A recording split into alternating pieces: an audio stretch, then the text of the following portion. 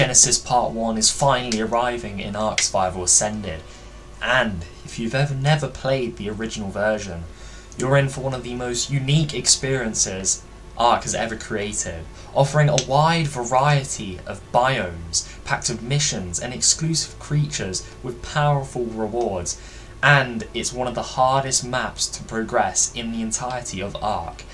In this video, I'll cover everything you need to know before jumping in to Genesis Part 1, including the biomes, missions, resources, best tames, progression tips, and the biggest mistakes new players like yourselves might make. Before we actually get into this guide, it's important to understand what kind of makes Genesis different from every other Ark map, with the base experience being just tame dinosaurs, knock them out with your trank gun, and bish bosh bang, you've got all the bosses in your hand. Instead of travelling naturally between regions, you'll use the robot HLNA to teleport between biomes. Each biome is unique, consisting of bog, arctic, ocean, volcanic and lunar biome, and each biome has unique resources, creatures and challenges. Genesis also introduces the mission system. Completing missions rewards you with loot, very good loot by the way, experience and hexagons, which is a special currency used in the shop. This means progression isn't just about farming and taming anymore, like in the island. Missions become a major part of your gameplay loop. Genesis remains centered around its 5 biome simulation structure and the mission-based progression system, meaning that the missions are the key to winning this entire map and finally beating the main boss, the Master Controller. The Bog, a place where everyone starts in Genesis Part 1, stated as easy, which is not true. It's got easy resources, early access as well. You can get them right off the bat. It has Bloodstalkers, one of the best creatures to traverse the map, which has no flyers. It's got plenty of new creatures to tame, and plenty of just normal creatures to tame, consisting of Spinos, Baryonyxes, and every swamp-dwelling creature you'd expect. But there are a few negatives. It has absolute butt tons of insects, obviously Capros, because they're swamp creatures, has Sarcos, every deadly thing you'd imagine, and as I stated before, this is a not easy biome to conquer. It has dangerous terrain, and early game players should definitely focus on building safely and avoiding aggressive wildlife like the Spinos I mentioned. The Arctic biome is exactly what it sounds like, cold, brutal and filled with predators. If you plan on spending your time here, your first goal should be dealing with the temperature, not fighting against it. Without the proper insulation, you'll lose health constantly. That means you need to bring fur armor, medical brews, campfires, and have high fortitude just to survive this harsh environment. The Arctic is home to one of Genesis's most useful creatures and iconic creatures, the Ferox. At first glance it looks harmless, but feed it element and it transforms into an absolute monster.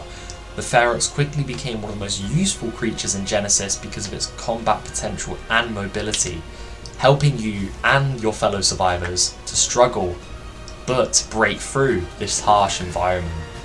The ocean biome is probably one of the safest locations for beginners, at least at first. Most of the starting islands are relatively calm compared to the bog or volcano, but don't let that fool you. The deeper you go, the more dangerous things become. This biome is packed with underwater resources and creatures, making it one of the best places to build long term. I do recommend using ocean platform structures to enhance your base and your experience for the further enjoyment of you and your fellow survivors. Players who enjoy the ocean gameplay will likely spend a huge amount of time here. That could be you, especially since Ascended appears to be placing an even larger emphasis on ocean exploration with their new creature called the Kraken. This also comes with the new Bob's Tall Tales pack, which is releasing with Genesis Part 1. If you're looking for danger and rewards, the volcanic biome is where you'll find both.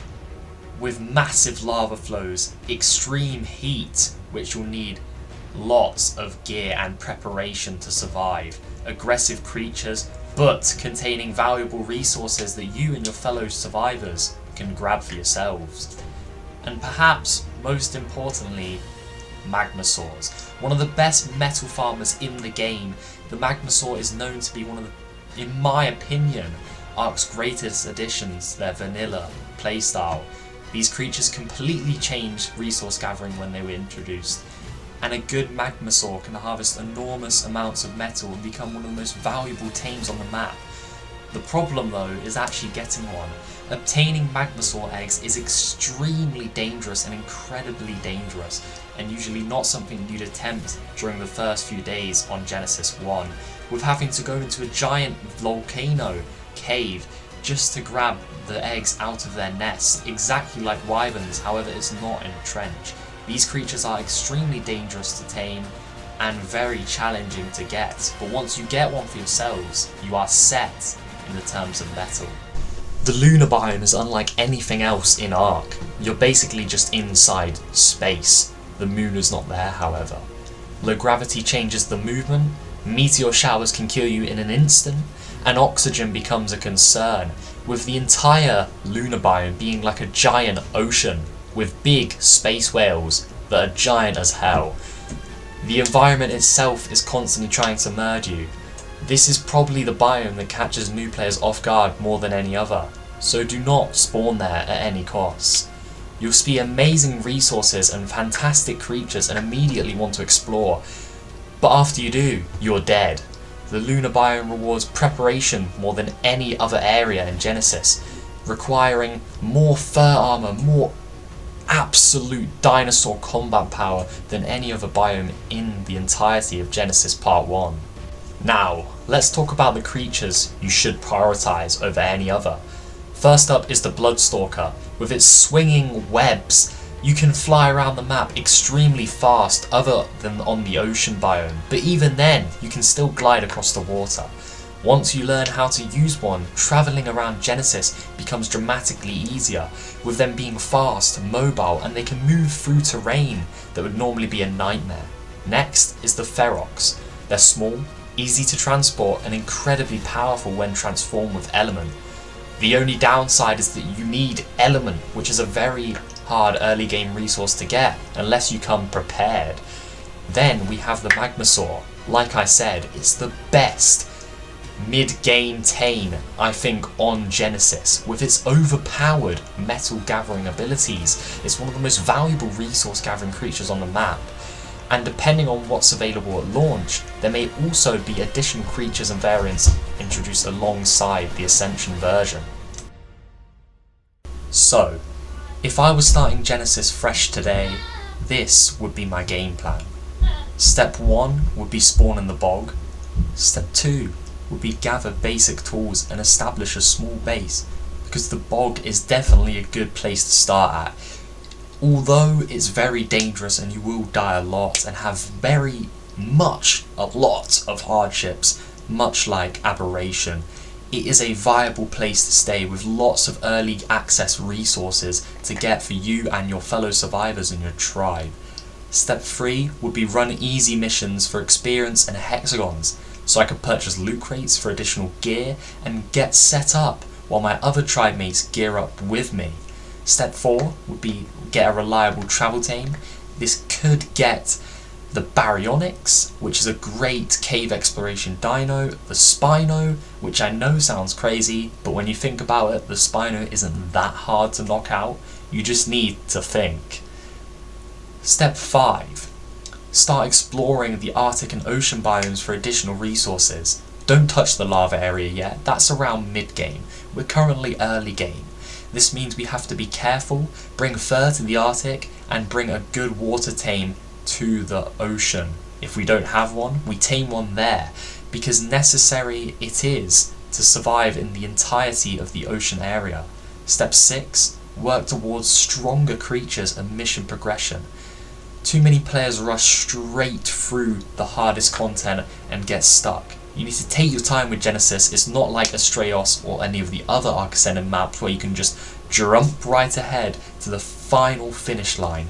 You have to take your time, and Genesis rewards this by rewarding steady progression with epic excitement and fun with your friends.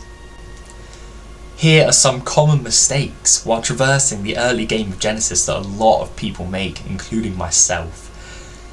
People ignore missions. It's ridiculous, it's stupid, it's a fatal mistake that you can make in the early game part of Genesis, as compared to other people who do missions, you will be so far behind that you'll just look like an idiot. Ignoring hexagons is another part of this chain. It's stupid that people even do this because the shot benefits you so much. And it's the same with people going to lunar biome immediately. You're not flipping Bear Grylls, you're not going to survive there, right? It's literally space, you'll run out of oxygen, you will die to tech raptors and space whales and everything that goes around in the lunar biome. And it's the same thing with underestimating all the environmental hazards in Genesis. The ocean biome, bring an oxygen tank, and if you spawn there and you don't want or don't have an oxygen tank, live on land. There's platforms, there's elevated hills and stacks that you can just live on. Build your base there or get an ocean platform. It's not that hard to just use your brain, you know. Travelling without medical supplies is another common mistake made by players, and trying to steal Magmasaur eggs too early. Like I said, you're not Bear Grylls, you're not Syntac, you can't just run through, grab a few magma eggs and leg it out, unless you actually go for it, try your luck, have some fun. I wouldn't recommend it though. As I said, assuming every biome is equally survivable, this is another fatal mistake, because if you go to Luna, you'll see how devastating it is after going in Bog and saying, oh, this is so hard. They're not equally survivable. In fact, they're quite the opposite. Luna and Volcano are ones that you should absolutely avoid when first starting Genesis Part 1. Even if you want to just look around for a bit, sure, that's fine, but if you want to genuinely progress, this is not the way of doing it. You cannot just step into Luna or Volcano biome and just think that you're going to have a blast and get all the good gear straight away. You need to make steady progression and take your time with it. Genesis Part 1 remains one of the most unique experiences Ark has ever offered. Whether you're a returning veteran or someone experiencing Genesis for the first time in Ascended, a new player, understanding how the map works before you jump in will save you a lot of frustration, so watch guides more like this one. And don't forget to like and subscribe. If you're excited for Genesis Part 1, let me know which biome you're planning to start in.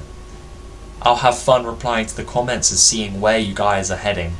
Do not spawn the lunar biome. If I see any people spawning the lunar biome, I will kill you all in the comments, okay? I will ban you from my YouTube channel. And if you found this guide helpful, don't forget, like I said, like the video and subscribe for more Ark Survival content. Thanks for watching, and I'll see you in the next one. Goodbye.